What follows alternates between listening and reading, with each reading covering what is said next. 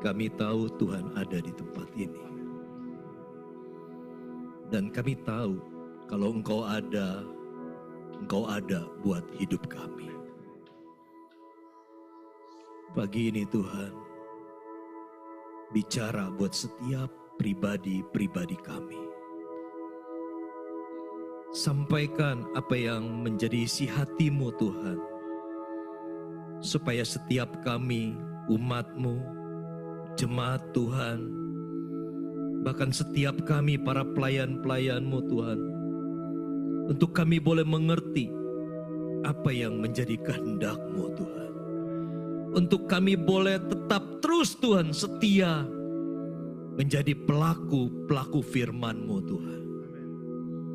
Bukakan Tuhan dan singkapkan segala sesuatu yang mungkin Tuhan hari ini kami gak sadari Tuhan. Mungkin banyak Tuhan sesuatu yang tersembunyi Tuhan. Biarkan Tuhan pada pagi ini Tuhan, Engkau bukakan, Engkau sadarkan, bahkan Engkau pulihkan kami Tuhan. Supaya kami tetap terus hidup di dalam kebenaran yang Engkau Tuhan. Tuhan, ampuni semua dosa kami Tuhan. Terima kasih Tuhan, kami butuh jamahan-Mu. Kamu butuh kuasa-Mu Tuhan. Kami butuh lawatan-Mu Tuhan. Berfirman Tuhan, sampaikan dengan bebas. Terima kasih ya Tuhan, kami siap dengar, kami siap duduk dengar, diam.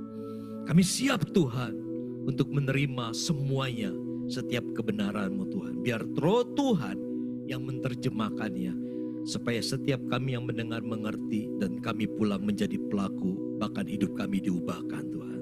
Terima kasih Tuhan, di dalam dan demi nama Yesus Tuhan, kami siap dengar firman-Mu. Mari kita yang siap dengar firman Tuhan, sama-sama saya katakan, amin. Beri tepuk tangan yang meriah buat Tuhan.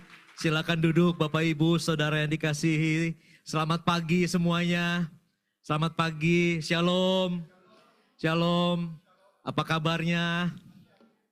Saya percaya bahwa hari-hari ini sekalipun dunia saudara sepertinya semakin kacau, semakin gak menentu. Tetapi saya percaya bahwa Tuhan yang kita sembah, Tuhan yang kita miliki, Dia tidak pernah tinggal diam dan Tuhan selalu memberikan yang terbaik buat kita. Ada amin saudara? Nah, pada kesempatan pagi hari ini saudara, kita mau belajar sesuatu saudara yang penting di dalam kehidupan kita saudara, yaitu apa yang menjadi kehendak Tuhan atas hidup kita saudara. Nah, saya mau kasih judul saudara, yaitu kemenangan terbesar. Katakan kemenangan terbesar saudara. Nah, berbicara kemenangan saudara pada hari ini bukan berbicara tentang kemenangan sesuatu yang kita raih saudara di dunia ini. Saya nggak berbicara menyampaikan sesuatu seseorang saudara, mungkin saudara seorang atlet, saudara mencapai yang namanya pelari, saudara dia mencapai yang namanya garis finish, atau seorang petinju saudara, dia yang bisa memenangkan pertandingan dengan KO, ataupun saudara yang hari ini meraih sebuah keberhasilan atau kesuksesan saudara di dalam karir, usaha, atau pelajar saudara, apapun juga saudara. Saya mau bilang gini, gak salah kalau orang mau menceritakan tentang kemenangannya. Amin saudara. Gak salah kalau seseorang berbicara tentang keberhasilannya. Tetapi saudara, hari ini saya mau sampaikan ada sebuah kemenangan yang lebih besar. Katakan lebih besar. Yang jauh lebih mulia saudara, yang Tuhan mau saudara dan saya kerjakan. Yaitu bagaimana kita bisa meraih kemenangan terbesar, yaitu menurut kacamatanya Tuhan. Yaitu meraih kemenangan secara rohani saudara. Yaitu seperti apa? Seperti yang sudah Tuhan sendiri lakukan. Seperti yang Tuhan sendiri sudah kerjakan. Makanya dia menjadi teladan hidup kita. Katakan jadi teladan hidup saudara. Bilang sama kiri kanan, kamu juga harus jadi teladan saudara. Ya, kita orang Kristen harus jadi contoh. Kita orang Kristen harus jadi teladan saudara. Amin. Nah makanya hari ini kita mau saudara belajar dari teladannya Kristus. Dari apa yang sebenarnya yang diraih Kristus sampai dia mencapai kemenangan itu saudara. Minggu ini adalah minggu terakhir di Prapaskah, betul saudara? Jumat besok kita sudah merayakan kematian, merayakan juga nanti hari Minggu Paskah kebangkitan. Dan saya mau bilang begini, kematian Yesus Kristus itu bukan kegagalan. Tapi saya mau bilang gini, kematian Yesus Tuhan kita itu adalah kemenangan buat orang Kristen. Amin, saudara. Kemenangan, katakan kemenangan. Kemenangan, kenapa kemenangan saudara? Karena memang ini saudara yang Yesus lakukan, yang Yesus kerjakan adalah saudara, dia memenuhi yang namanya adalah visi Bapaknya. Betul gak saudara? Visi Bapak saudara, dia kepengen. Sekalipun dia cuma putranya satu saudara. Dia pengen saudara, dia anaknya turun ke dunia. Bahkan dia sampai mati, disalibkan saudara. Hanya untuk menebus dosa saudara dan saya. Itu adalah visi Bapa kita saudara. Makanya ketika Yesus saudara dia turun ke dunia saudara. Dia menggenapi semuanya saudara. Katakan semuanya. Yang Bapaknya saudara inginkan. Makanya hari ini saudara. Saya percaya saudara kehidupan kita pun di bumi ini saudara. Kehidupan saudara dan saya. Kepengen saudara Bapa di surga juga dimuliakan. Saudara. Supaya apa yang kita kerjakan, apa yang kita lakukan setiap hari saudara, itu memberikan kemenangan. Sehingga orang dunia melihat gini, oh orang Kristen tampil beda. Saudara. Amin. Nah hari ini saudara banyak di antara kita, seringkali kita bilang begini saudara, saya udah gak berbuat dosa lagi saudara. Saya sudah bertobat, saya udah lahir baru, saya udah melayani, makanya mana mungkin saya berdosa. Saya mau tanya di sini, masih adakah Bapak Ibu di sini yang berbuat dosa? Boleh angkat tangan yang pernah merasa masih buat dosa, angkat tangan. Yang masih aja loh, yang udah gak berbuat dosa berarti dia gak angkat tangan. Coba lihat kiri kanan nih, dia angkat tangan apa enggak saudara? Ya, saudara, banyak hal orang Kristen bilang, saya kan kudus. Kudus kalau di gereja, saudara. Kudus kalau lagi nyembah Tuhan, saudara. Tapi pulang tangannya kudus. Saudara. Coba tanya lagi sama kiri kanannya, kamu kudus apa kudus? Saudara? Ya, saudara, makanya hari ini saudara, ada hal-hal kecil saudara, yang seringkali kita nggak sadari. Tetapi itu justru jadi sumber masalah dalam hidup kita. Saudara. Makanya Tuhan nggak mau gini saudara. Cuman karena perkara-perkara kecil, cuma karena dosa-dosa kecil, justru kita nggak meraih saudara yang namanya kemenangan yang sesungguhnya. Nah seperti apa saudara? Hari ini firman Tuhan saudara, ya mau ajarin kita nih saudara. Ada hal-hal yang kecil, katakan yang kecil. Hal-hal yang biasa, katakan yang biasa. Tapi justru itu yang berbahaya, saudara. Kenapa? Karena kita nggak suka sadari. Kita nggak peka dari yang kecil-kecil itu, saudara.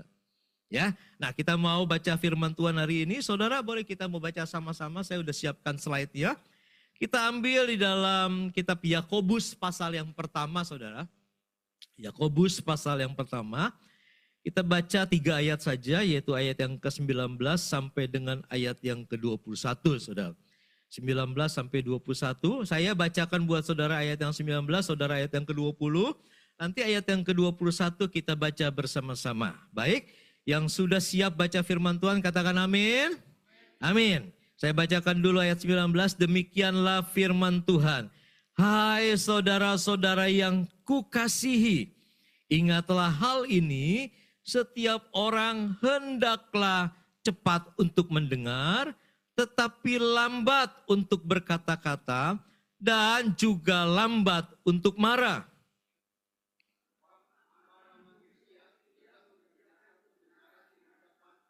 Sama-sama ayat 21. Sebab itu buanglah segala sesuatu yang apa saudara? Yang kotor dan kejahatan yang begitu banyak itu. Dan terimalah dengan lemah lembut firman yang tertanam di dalam hatimu, Yang berkuasa untuk apa saudara? Menyelamatkan jiwamu. Yang percaya firman-Nya katakan, amin. Nah saudara yang dikasih Tuhan, firman Tuhan jelas hari ini katakan saudara bagaimana saudara supaya kita saudara tetap terus mengerjakan kebenaran. Katakan mengerjakan kebenaran. Tuhan mau saudara dan saya mengerjakan kebenaran sampai akhir saudara. Tuhan mau saudara kita juga bukan cuma seperti itu aja. Tapi dia mau bilang gini, buanglah segala kejahatan yang kotor itu saudara. Tuhan mau hari ini kita suci di hadapannya. Nah saudara, persoalannya hari ini saudara, ya ada di dalam tubuh kita. Saudara perlu ketahui, justru ada gak sih kelemahan yang hari ini saudara gak sadari? Ada gak saudara monster saudara di dalam kehidupan kita yang justru itu menguasai hati kita, pikiran kita, tubuh kita, hidup kita, semua dikuasai. Ada monster saudara.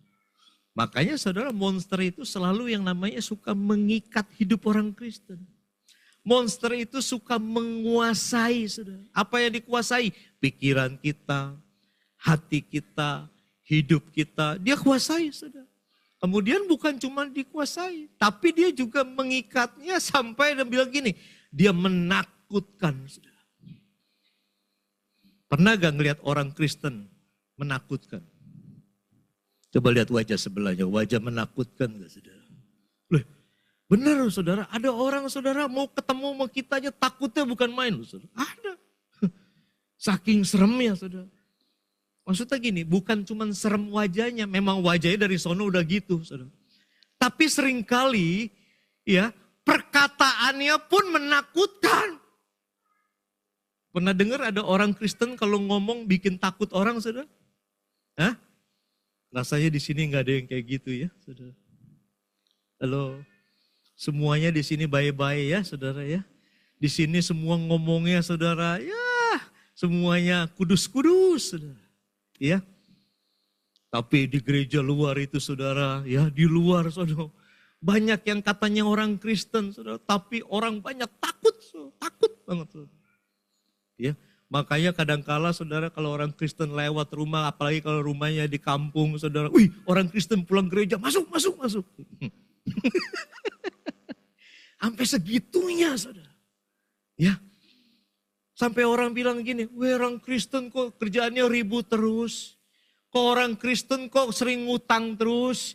Kok orang Kristen kok suka bohong terus. Makanya banyak saudara orang yang belum Kristen. Dia takut ketemu orang Kristen. Kenapa saudara diam? Coba tanya sama sebelahnya. Kamu ditakuti orang enggak?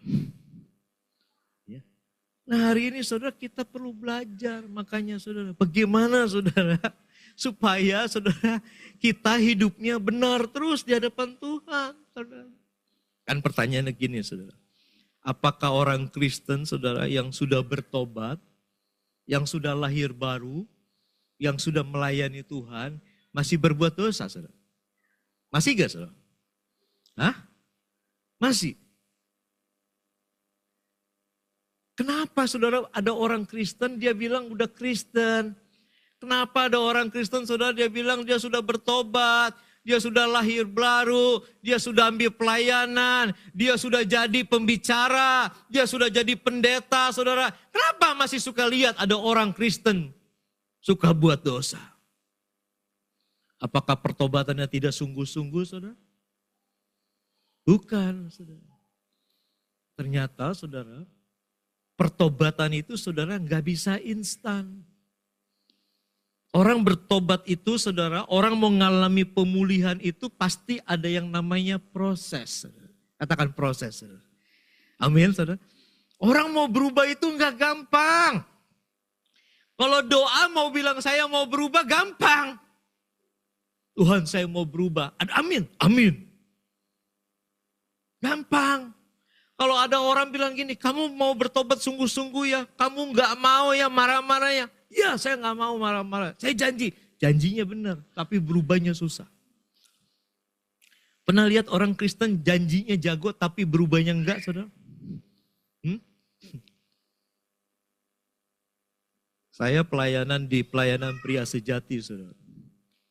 Saya melayani udah ribuan pria-pria, saudara. Kalau dia dengar firman Tuhan tentang pelajaran pria, saudara, dilawat Tuhan habis, saudara. Sampai saudara dia nangis-nangis, ingus sampai meleleh-leleh, saudara. Ya, ditumpangi tangan sampai jatuh, gedubrak-gedubrak, saudara. Sampai dia bilang gini, saya mau berubah, pulang saya mau berubah. Benar. Waktu dia janji dia mau berubah, pulang belum tentu berubah.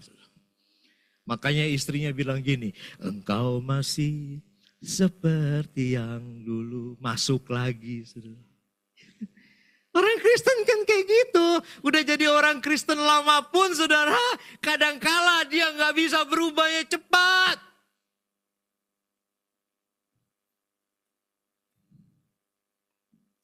Kenapa? Karena proses. Gak instan. Kalau mau nyari orang kudus, orang benar yang udah benar-benar kudus di gereja ini, sepi nih rasa gereja, sekosong. Mau nyari orang benar di gereja salah, saudara. Ini memang proses. Gak gampang. Amin. Saya punya contoh, saudara. Saudara pernah potong ayam gak, saudara? Hah? Pernah potong ayam? Siapa di sini yang pernah potong ayam? Potong ayam. Potong dari hidup sampai dia mati. Bukannya potong pahanya udah mati kemudian digoreng, bukan. Tapi prosesnya dari hidup dia mati. Nah, teman saya ini saudara, dia ini hobinya saudara potong ayam, saudara. Tapi cara potong ayam dia saudara bukan yang seperti layaknya orang biasa, saudara. Kan kalau yang biasa itu saudara lehernya ditarik, kemudian ambil pisau, dipotong. Betul begitu, saudara? Kalau dia enggak, saudara. Ayamnya dia pegang, saudara. Ya, dia tepuk-tepuk, dia bilang selamat tinggal ayamku, saudara. Dia kan, ya, dia peluk-peluk, kemudian dia lepas, saudara. Loh, ayam kok dilepas itu kan terbang. Enggak ditanya, papa. Enggak ada ayam kayak gitu, saudara. Ayam waktu dia lepas, saudara, dia terbang, saudara. Kemudian apa yang dia lakukan, dia ambil samurai, saudara. Samurainya kemudian diacungkan, saudara. Dia ikutin ayam itu kemanapun ayam itu pergi, saudara. Sampai satu titik, saudara. Dia tahu ayam itu tepat, saudara.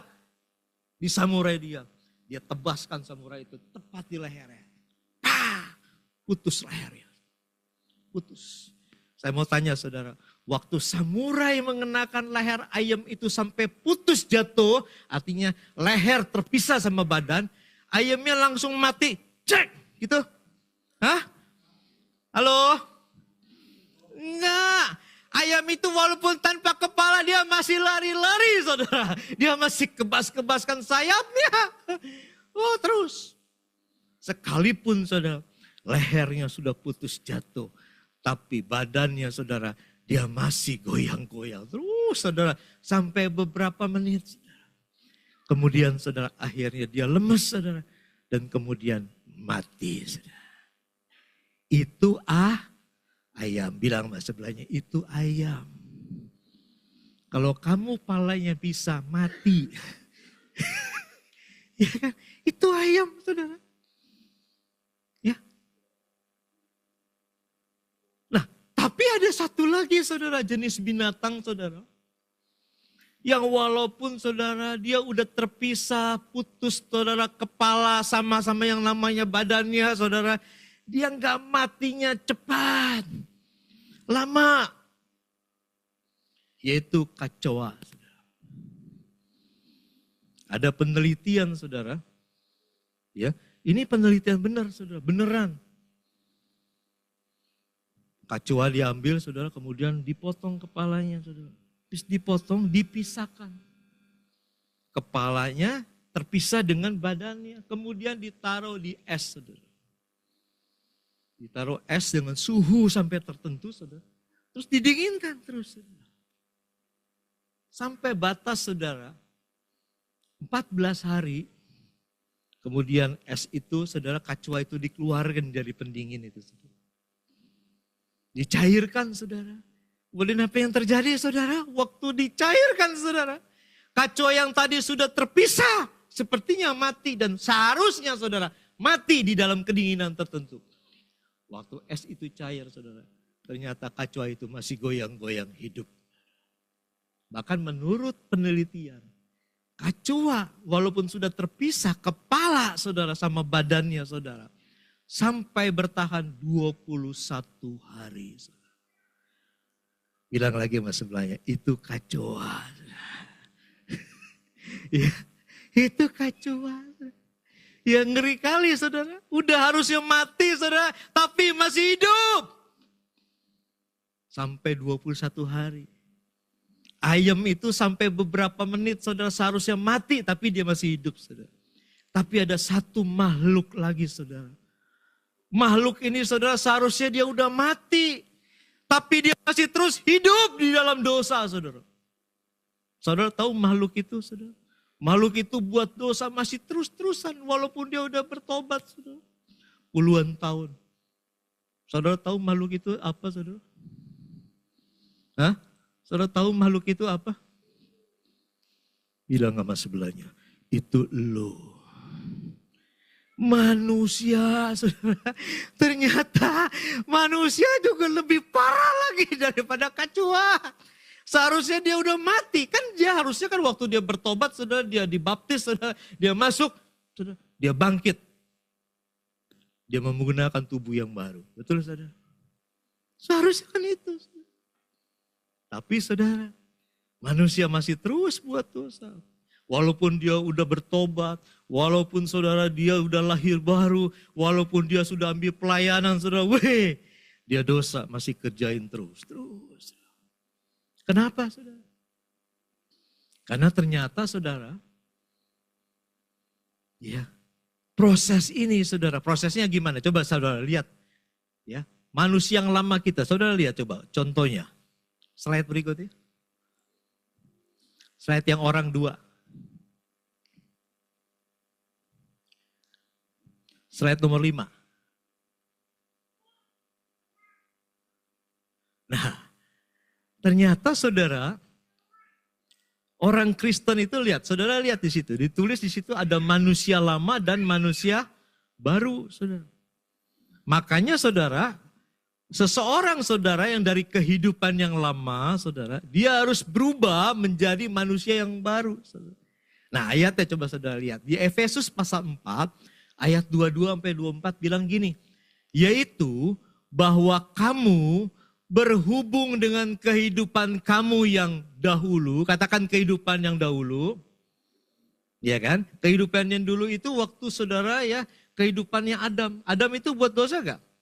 Dosa saudara, ya. Dia hidup di dalam dosa saudara. Nah kemudian dia bilang apa? Harus menanggalkan manusia lama. Jadi kita saudara, kita harus menanggalkan itu yang namanya manusia yang lama yang menemui kebinasaannya oleh apa? Nafsunya yang menyesatkan. Karena nafsu saudara yang menyesatkan kita itu manusia lama kita. Supaya apa saudara? Kalau kita tanggalkan manusia yang lama, jubah yang lama, saudara tubuh yang lama. Tujuannya gini ayat 23, supaya kamu dibaharui. Kata dibaharui saudara. Dibaharui di dalam apa? Roh dan di dalam pikiran. Makanya orang kalau hidupnya sudah diperbarui saudara, maka dia hidup di dalam roh. Bukan lagi dikuasai oleh dagingnya saudara. Makanya orang yang hidup di dalam roh, maka pikirannya pun dia udah dibenerin. Ya kadangkala pikiran kita ini saudara, yang seringkali saudara pikirannya saudara terus menerus saudara menggunakan manusia yang lama saudara. Ayat 24 bilang gini, dan mengenakan manusia baru yang telah diciptakan menurut apa? Kehendak Allah. Jadi orang kalau mau pakai saudara manusia yang baru, saudara in Christ, saudara di dalam Tuhan, saudara itu adalah kehendak Allah. Artinya itu adalah maunya Bapa. Tuhan mau saudara dan saya saudara mengenakan manusia yang baru saudara. Ya, Yaitu di dalam kebenaran dan kekudusan yang sesungguhnya. Nah itu. Makanya orang saudara kalau di hidupnya udah dibarui, dia hidup terus di dalam kebenaran saudara, ya, maka dia ada terus saudara di dalam kekudusannya Tuhan. Dia akan kudus saudara. Ya. Nah, ini yang Tuhan dan saya mau saudara. Nah, ternyata saudara, ya, hari ini banyak di antara kita saudara yang hari ini sebenarnya kita saudara nggak ngerti nih saudara. Bahwa hidup kita masih dikuasai oleh dosa. Ya. Apa ya saudara? Nah, Tuhan hari ini kasih tahu sama kita. Ternyata ada sumber masalahnya. Katakan sumber masalahnya saudara. Nah, sumber ini seringkali bukan karena sesuatu yang gede. Bukan sesuatu yang besar, bukan sesuatu saudara yang menakutkan sumber itu. Enggak. Kadangkala dari sesuatu yang kecil. Nah, yang kecil ini seringkali membahayakan. Yang kecil ini seringkali dilupakan. Yang kecil ini saudara seringkali orang Kristen bilang gini, itu kan biasa. Orang Kristen juga bilang kalau yang kecil-kecil itu kan dia bilang gini, itu kan gue dari sononya udah gitu. Seringkali saudara. Kita tuh gak nyadari dari sesuatu yang kecil. Saya percaya saudara, orang yang udah bertobat contohnya saudara. Orang yang tadinya suka tipu orang. Dia bilang gini, saya mulai waktu saya bertobat saya gak akan pernah nipu lagi. Saya percaya dia bisa lakukan ini. Ada orang saudara yang dia sukanya saudara pergi ke tempat perzinahan. Waktu dia selesai bertobat saudara, dia gak pergi lagi, saya percaya. Saudara. Tetapi di balik saudara dosa-dosa besar yang pernah orang Kristen buat. Ada saudara dosa-dosa yang kecil yang seringkali bukan kita anggap sebagai dosa. Tapi suka kita bilang gini, itu kan cuma masalah. Itu kan hal yang kecil, hal yang biasa. Masa sih dosa? Justru itu dosa. Nah, dia bilang sumbernya apa saudara? Coba balik ke ayatnya yang tadi, Yakobus 1 ayat 19. Dia bilang sumber masalahnya itu saudara, ya sebabnya apa?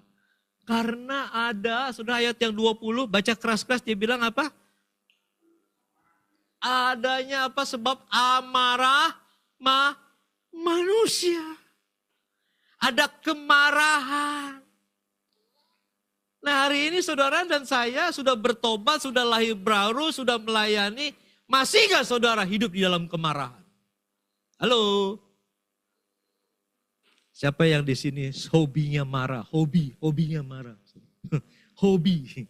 Oh hobi saudara, dia kalau nggak marah sehari 3 kali kayak minum obat saudara. Dia nggak hidup saudara. Ada.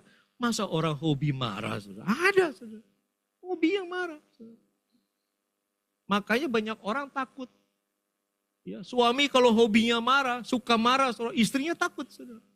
Anak-anak saudara takut kalau bapaknya suka marah saudara. Siapa di sini yang bapaknya suka marah? Boleh angkat tangan. Bapaknya.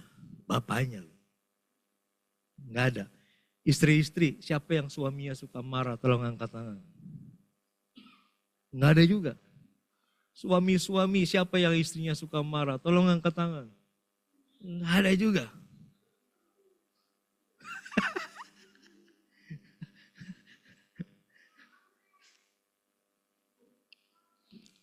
Seringkali saudara, kita ini dikuasai dengan kemarahan. Kalau orang marah dia bilang gini, emangnya marah gak boleh? Loh, kayak gitu loh saudara. Orang Kristen kalau dibilang, emangnya gue marah gak boleh? Tuh, kalau ditegur saudara dinasihatin, kamu kok marah-marah? Emang gak boleh? Tuhan aja marah dia bilang. Marah boleh gak? Marah boleh. Yang gak boleh, marah-marah, apalagi cepat marah. Tapi di sini bukan bicara tentang marah, tapi amarah. Amarah, saudara, ada 2 hal yang dikerjakan.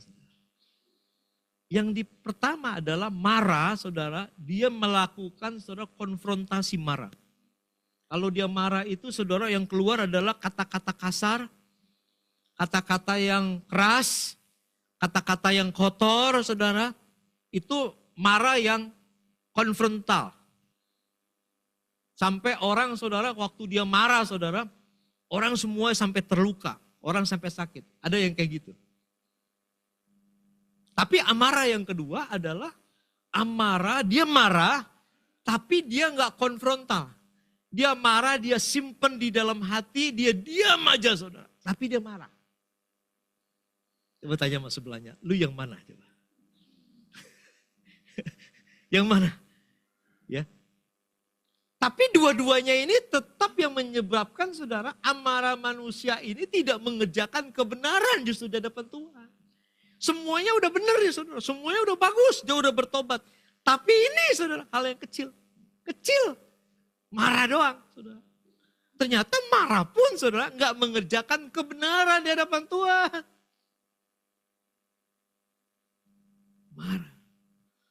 Nah, orang marah itu, saudara, apa sih yang keluar? Marah, saudara, sebenarnya penyebabnya cuma dua hal. Orang bisa marah, orang jadi marah, cuma dua hal. Yang pertama karena mulut. Bilang sama sebelahnya, mulut. Tahu, saudara? Mulut. Orang kalau mulutnya, saudara, kalau lagi marah, mulutnya itu gak terkontrol. Kalau dia mau marah, seenaknya aja, saudara. Seenak udelnya. Marah. Oh, dia bilang, stop, jangan marah. Kalau gua mau marah, mau apa?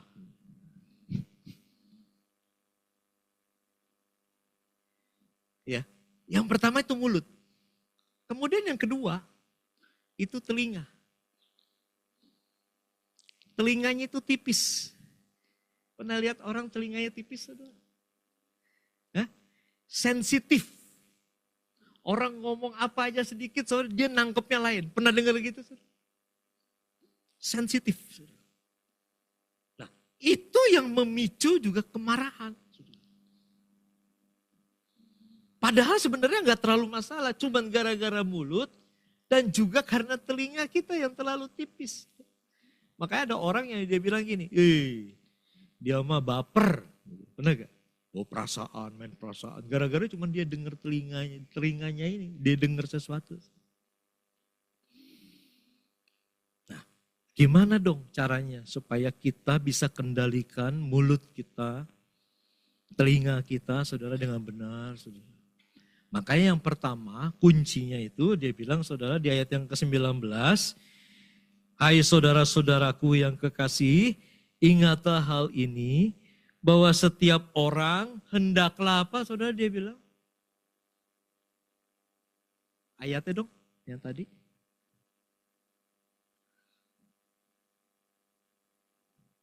Yakobus.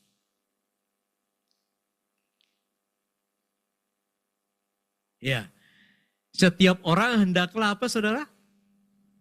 Yang pertama apa dikatakan? Cepat untuk mendengar. Katakan cepat mendengar. Saudara tahu artinya cepat mendengar, saudara? Hah? Tahu artinya cepat mendengar? Artinya gini, kalau orang lagi bicara, saudara, dia cepat pasang telinga. Halo? Pasang telinganya. Saudara hari ini lagi dengar firman Tuhan enggak? Hah? Lagi dengar? Saudara dengar firmannya pakai apa? Pakai telinga? Oke, dengar pakai telinga ya, setuju semua ya? Nah, selain dengar saya berkhotbah, saudara dengar apa lagi? Coba, saudara perhatikan. Dengar apa lagi? Hah? Suara apa? Suara AC. Saya mau tanya saudara.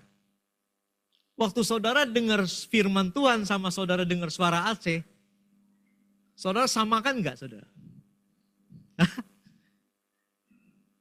Kalau saudara samakan saya lagi khotbah, saudara dengar seperti dengar suara AC, Berarti saudara itu, saudara nggak merasa apa yang saudara dengar itu, firman itu melebihi segala sesuatunya. Makanya kalau orang lagi bicara sebenarnya bukan cuma dia dengar dengan telinga, tapi dia juga perlu dengar dengan hati. Saudara bilang gini, emangnya hati punya telinga? Enggak. Orang kalau punya hati, saudara, dia dengar, saudara. Ya, beda. Coba tolong slide-nya. Yang ada hati, yang ada orang cepat mendengar.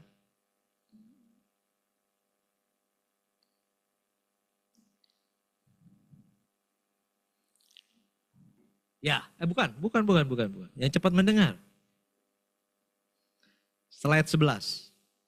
Ya, slide 11. Cepat mendengar. Dia pasang telinga. Tapi bukan cuma telinga, tapi dia dengan hati. Kenapa, saudara? Kalau orang mendengar dengan hati, saudara, dia pasti mendengar dengan rasa apa, saudara? Hormat dan respect. Nah, pertanyaannya hari ini, saudara. Saudara kalau lagi bicara sama orang, saudara ada rasa hormat gak? Saudara respect dengan orang itu. Saya percaya, saudara, kalau saudara respect dengan orang itu, saudara, waktu dia bicara, saudara pasti dengar. Siapin dengar. Tapi saudara pernah gak ngelihat orang, saudara, ada orang ngomong, dia juga ngomong juga. Pernah begitu? Saudara? Ada orang ngomong, dia potong langsung.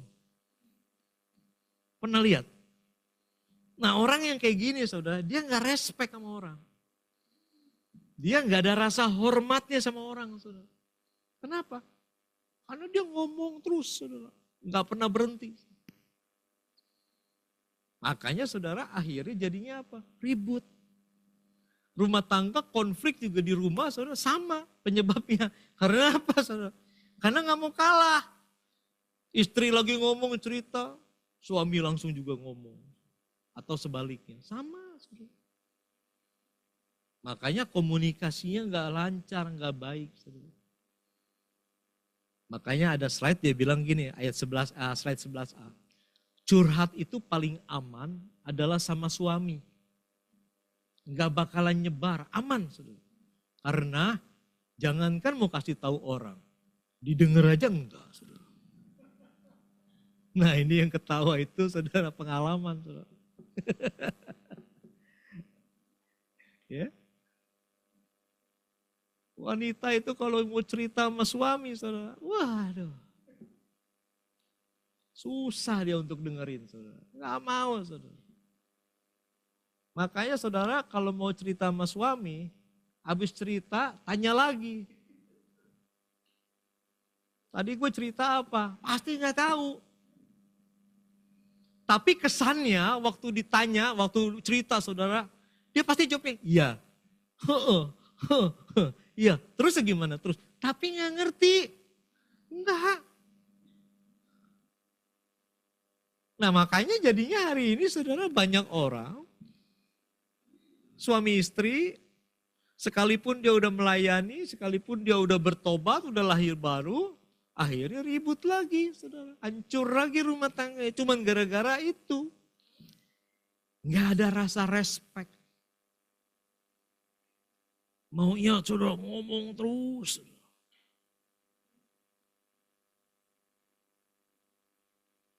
Coba apa jadinya kalau saya khotbah saudara juga ngomong. Iya kan? Rame, saudara. Ya, bisa bayangkan. Mungkin ada saudara yang di sini saudara nahan. Gue pengen ngomong nih. Ada, mungkin saudara. Tapi karena saudara saat tahu saudara mau di gereja itu satu arah, saudara. Oh di Komsel boleh, makanya kesian PKS kalau di Kompas, di Komsel. Dipotong terus sama jemaat, saudara. Ya. Iya, kenapa? Ya itu, saudara. Gak ada respect, gak ada rasa hormatnya, saudara. Nah makanya hari ini kita belajar. Gimana saudara ketika ada orang bicara. Kita hormati, kita respect sama dia, kita dengerin, dengerin.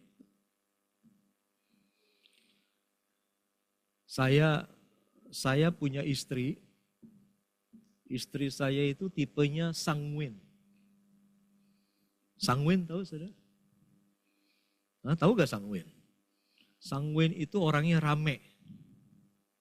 Orangnya suka ngobrol, suka ngomong. Istri saya itu orang tetangga lewat aja saudara, mau dikenal gak kenal dipanggil. Itu orang sanguin saudara. Ya. Enggak ditanya pasti dia cerita, itu orang sanguin. Dan sanguinnya itu sanguinnya mentok. Tahu mentok saudara? Udah gak bisa mundur lagi, gak bisa ditawar lagi. So, apa aja so. Wah. Makanya dia dagang kerupuk UMKM saudara. Di sewali kota Jakarta Barat, di kecamatan bareng sama Ibu Ati segala. Ya. Sampai orang bilang gini, lu mah dagangan lu rame terus, lu sih cerewet bawel, wali kota lewat dipanggil, camat lewat dipanggil, lurah lewat dipanggil, apa aja yang lewat lu panggil katanya. Kenapa? Memang gitu saudara. Nah kalau saya nyetir mobil bareng sama dia saudara. Dulu dia kerja, saya antar setiap pagi, perjalanan kurang lebih 1 jam saudara. Pulang juga saya jemput, perjalanan dari kantor dia ke rumah saya 1 jam. Tapi itu pasti, habis buka pintu saudara. Kemudian dia masuk, dia tutup. Itu gak berhenti dia ngomong. Serius.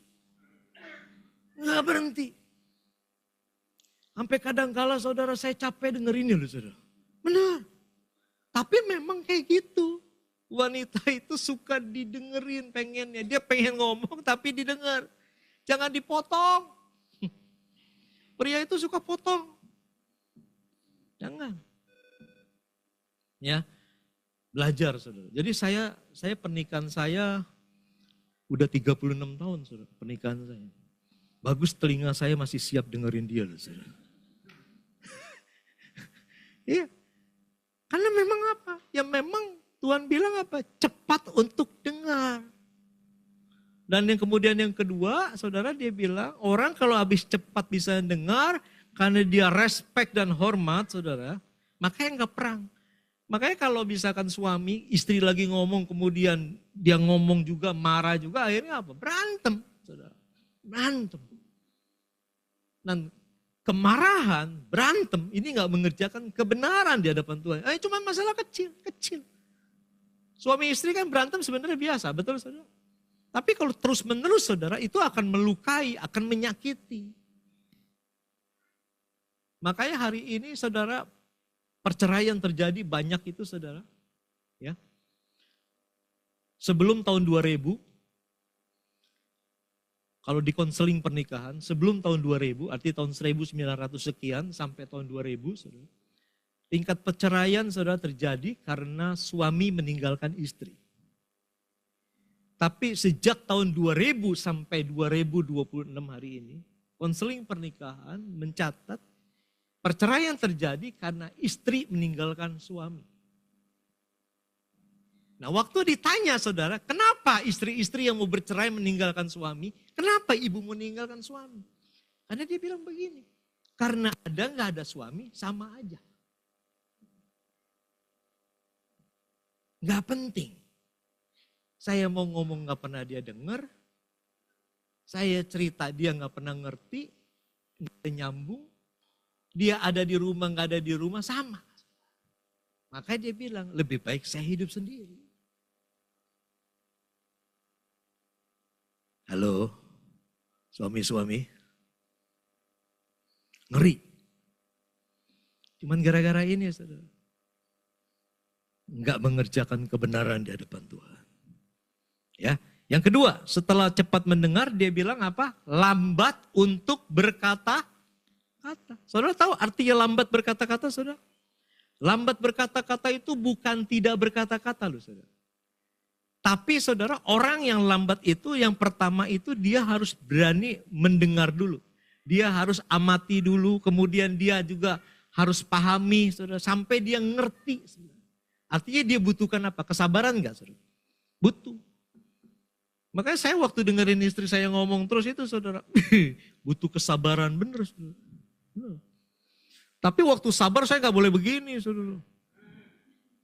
Wah dia marah, apalagi saya tutup kuping saudara. Selesai saudara. Ya, diam. Lambat untuk berkata-kata maksudnya gini saudara, diam dulu, tenang, amati dulu saudara. Ngertiin dulu, pahami dulu saudara. Baru setelah dia selesai ngomong, baru ngomong. Maksudnya itu, saudara. Nah kita ini kan seringkali setiap kali orang ngomong, saudara, udah so pinter. Kita merasa, saudara, lu salah ngomong. Orang kalau nggak respect sama orang, saudara, orang ngomong apa aja salah. Iya kan? Pendeta khotbah aja disalahin? Ada, saudara. Ada. Loh pendeta khotbah aja orang jadi jemaat pahit? Ada, saudara. Ada.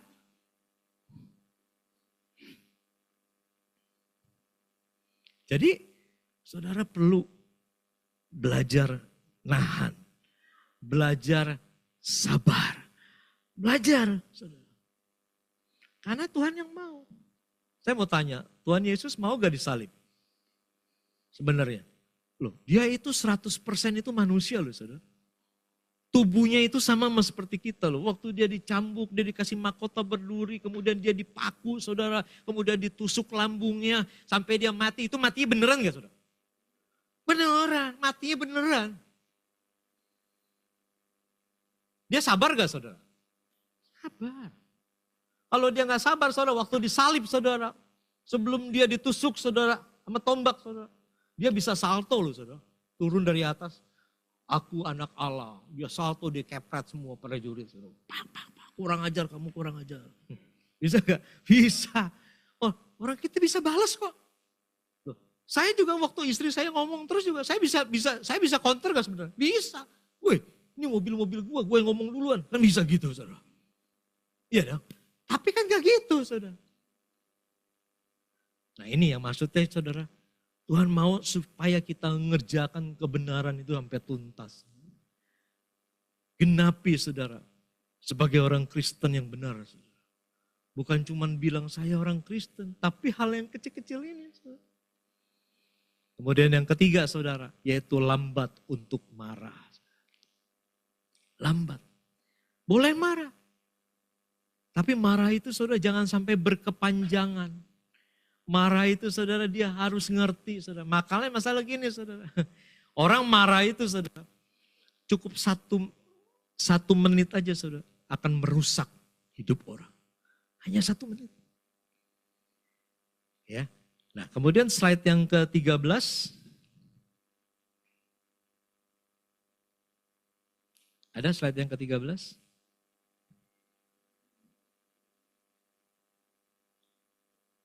Sudah, oh ini yang ke-13 ya. Ya, orang marah itu saudara, kalau dia lambat marah saudara, yang pertama itu, kenapa ada orang saudara dia tidak marah saudara? Karena dia bisa terima orang. Nah, waktu dia bisa terima, nah waktu saya bisa terima, oh iya itu kan yang lagi ngomong kan istri saya. Saudara. Saya terima dulu saudara. Oh itu kan yang ngomong itu kan seseorang yang saya kasihi. Berarti saya bisa terima. Nah habis dia saya terima, saya bisa lepasi pengampunan. Amin saudara. Bisa. Ya, makanya hari ini saudara nggak gampang nih orang. Waktu orang udah terluka saudara, kecewa, sakit hati saudara karena kemarahan. Makanya bahaya saudara. Ya, nah bahayanya apa saudara? Saudara lihat saudara di dalam slide ke-14. Dikatakan gini, slide ke-14 dibilang gini. Apa yang kita katakan dan juga apa yang tidak kita katakan sebenarnya adalah hal yang sama pentingnya. Contoh maksudnya gini, saudara bilang gini, saudara mau ngomong tapi saudara tahan. Ada orang yang bilang gini, Pak, ini kan kebenaran harus disampaikan. Ini kan yang benar. Tidak semua kebenaran harus disampaikan kepada setiap orang. Karena ternyata ada seseorang juga yang gak perlu saudara terima itu saudara. Karena apa? Karena kalau orang Auban, saudara pernah lihat orang Auban? Auban, saya Au namanya Aban. Saudara. Ya. Itu kalau orang udah Auban, saudara, mau disampaikan kebenaran apapun saudara, gak bisa, saudara. Tetap salah. Tetap saudara. Ya, makanya dia bilang ini, mau disampaikan yang benar atau tidak, sama. Sama. Makanya saudara dan saya harus belajar bijak. Kemudian jagalah perkataan, sebab kita tidak bisa kendalikan efeknya. Apa yang udah keluar dari mulut saudara, itu gak bisa saudara tarik lagi. Apa yang saudara udah ucapkan, katakan saudara sama pasanganmu saudara, sampai dia terluka, saudara gak akan pernah bisa saudara tarik lagi itu. Dan saudara saya mau bilang gini, kalau orang hatinya udah rusak, hatinya hancur saudara, dia udah kecewa, dia udah marah, itu seperti kertas. Saudara tahu kertas yang tadinya saudara mulus, ya kaku bersih. Kemudian kalau dia hatinya hancur itu seperti kertas diremuk saudara. Kertas diremuk saudara. Saya mau tanya, waktu udah remuk, saudara buka. Kertasnya masih kelipet-lipet gak? Masih. Makanya saudara, saya pelayanan di pelayanan pria sejati, ketika si suami menyakiti hati istri, melukai sampai semuanya sakit, terluka, saudara sampai marah. Waktu dia mau bertobat, dia berubah, dia bilang, kan saya udah bertobat, saya kan udah nggak hidup lagi dalam keadaan yang seperti dulu. Dia bilang, kok istri saya masih nggak mau berubah, kok istri saya nggak bisa terima? Ya gimana bisa terima langsung? Dia udah lecek hatinya saudara. Nggak gampang. Makanya hari ini saudara, berjagalah. Kata-kata itu kecil. Lidah itu kecil. Ya, makanya dia bilang ini, mati dan hidup itu dikuasai oleh lidah. Siapa menggemakannya, ya, dia akan memakan buahnya. Ngeri loh saudara. Kecil. Saya mau tanya, kebakaran disebabkan oleh api yang kecil apa gede? Kecil. Makanya konflik pernikahan terjadi perceraian itu cuma masalah kecil. Karena komunikasi, karena mulut, karena telinga, karena hati. Jadi sumbernya besar, jadi gede.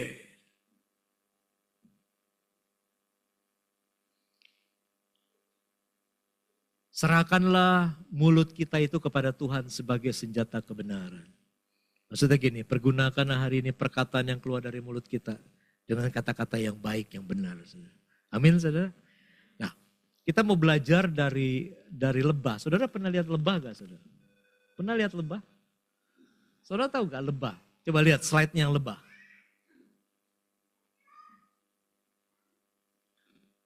Nah ini lebah. Saudara tahu, lebah itu kalau nyengat saudara, Pernah lihat lebah nyengat badan, saudara pernah disengat lebah gak? Hah? Pernah.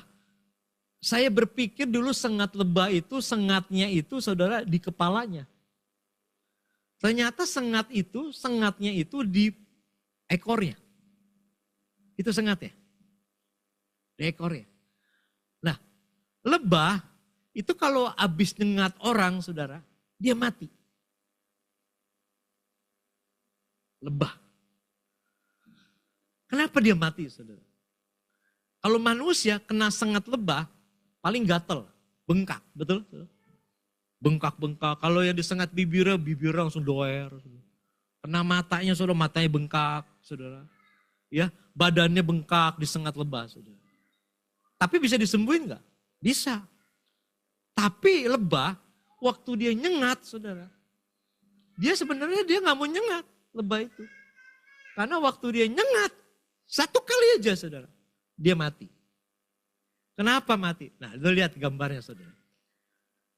Itu di bagian ekor ya, di bagian atas namanya adalah venom sac. Venom sac itu adalah kantung racun. Kantung racun. Dia adanya di bagian tengah badannya. Ya, venom sac. Kemudian di bawahnya lagi turun, itu adalah diaphragma of venom pump. Artinya gini, pompa untuk ngeluarin racun saudara. Dan juga untuk saudara dia tancepin itu yang namanya ya dia punya durinya itu saudara. Kayak antena, tapi dia bentuknya kayak panah saudara, kayak panah. Jadi waktu dia tancap saudara kayak panah, saudara itu bergerigi-gerigi. Nah waktu dia tancap, dipompa saudara racunnya dikeluarin sampai kena tubuh saudara. Nah kan dia kan harus pergi terbang. Nah waktu dia terbang, karena dia punya saudara yang namanya tadi jarumnya itu saudara bentuknya kayak panah, saudara begini. Waktu dia tarik otomatis badannya saudara terlepas. Makanya yang sisa cuma setengah badannya saudara. Berarti gini, ususnya apanya semua tertinggal. Dan akhirnya dia mati. Itu lebah sekali mematikan saudara. Dan dia juga mati. Tapi kita seringkali banyak mematikan orang saudara, dengan kata-kata. Membunuh potensi saudara. Ya apa aja saudara kata-kata. Tapi kita nggak mati-mati saudara. Makanya hari ini kita perlu belajar supaya kita saudara nggak melukai dan menyakiti. Dan saudara harus bisa ketika saudara terluka, saudara kecewa, saudara sakit. Saudara bisa lepasi pengampunan. Amin saudara. Nah, hari ini kita mau saudara belajar untuk kita bisa melepaskan pengampunan. Amin. Nah saudara boleh musik boleh naik semuanya. Saya mau ceritakan sebagai khotbah penutup saya sebuah cerita yang sesungguhnya benar terjadi saudara hari ini. Beberapa tahun yang lalu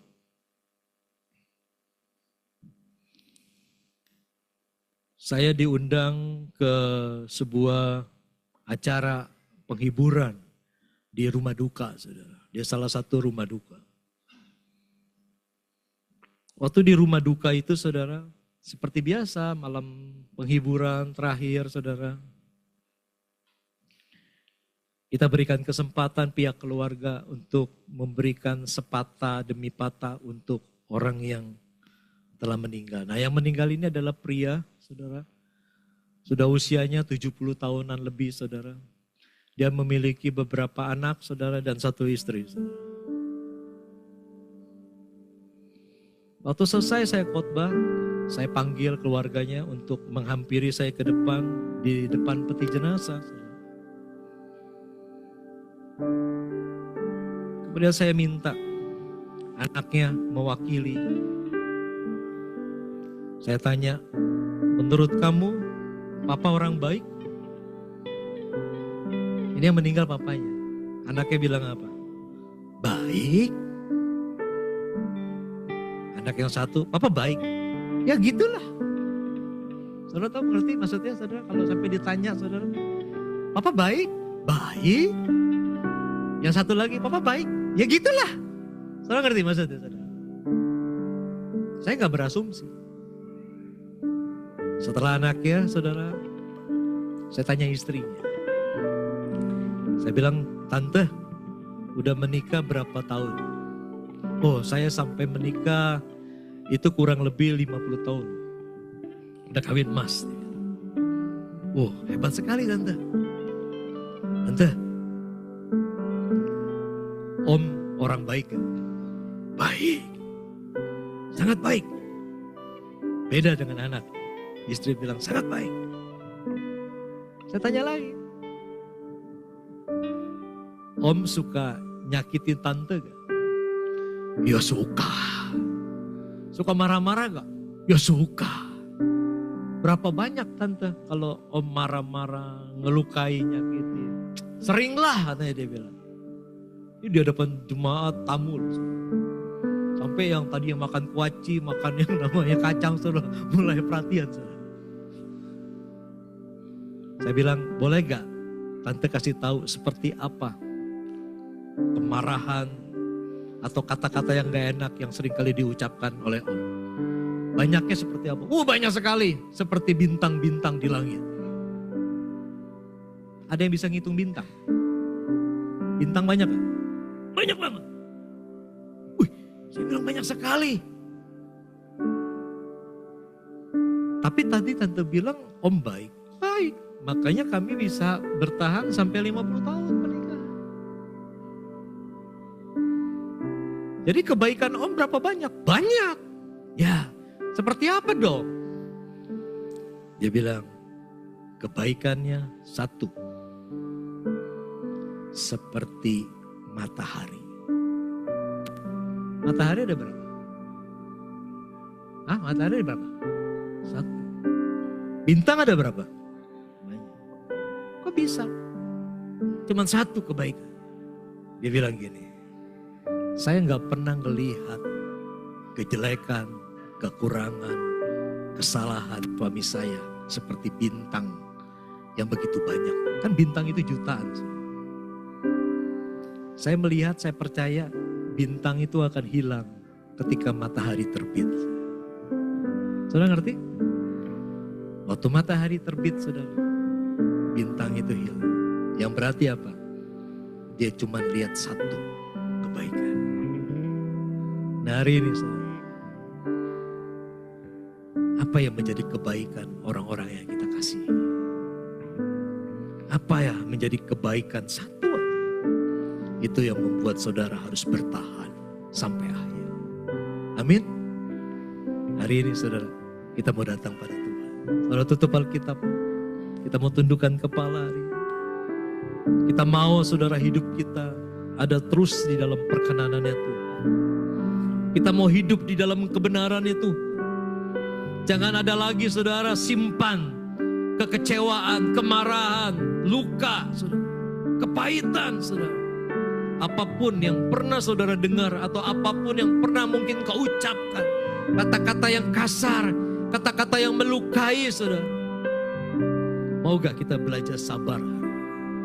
Kalau mau saudara mau belajar, yuk kita bangkit berdiri semua, kita datang pada Tuhan. Haleluya. Kita mau datang pada Dia. Biar Tuhan lihat hati kita. Biar Tuhan memulihkan hati kita yang luka. Biar Tuhan yang sembuhkan. Haleluya. Makasih. Berapa banyak saudara mau dipulihkan? Berapa banyak saudara? Kalau ada saudara, taruh tanganmu di dada saja. Bilang, Tuhan aku mau dipulihkan. Tuhan aku mau berjalan di dalam kebenaranku Tuhan. Aku mau sabar Tuhan. Aku gak mau Tuhan emosi. Aku gak mau Tuhan marah Tuhan. Aku mau belajar kendalikan. Aku mau hidup di dalam kebenarannya Tuhan sampai akhir hidupku. Taruh tanganmu di dada. Saya mau doakan Tuhan.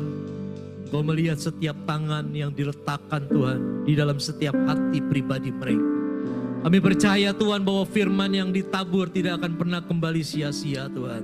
Kami percaya bahwa kebenaran-Mu itu Tuhan sungguh-sungguh akan menguduskan setiap pribadi kami.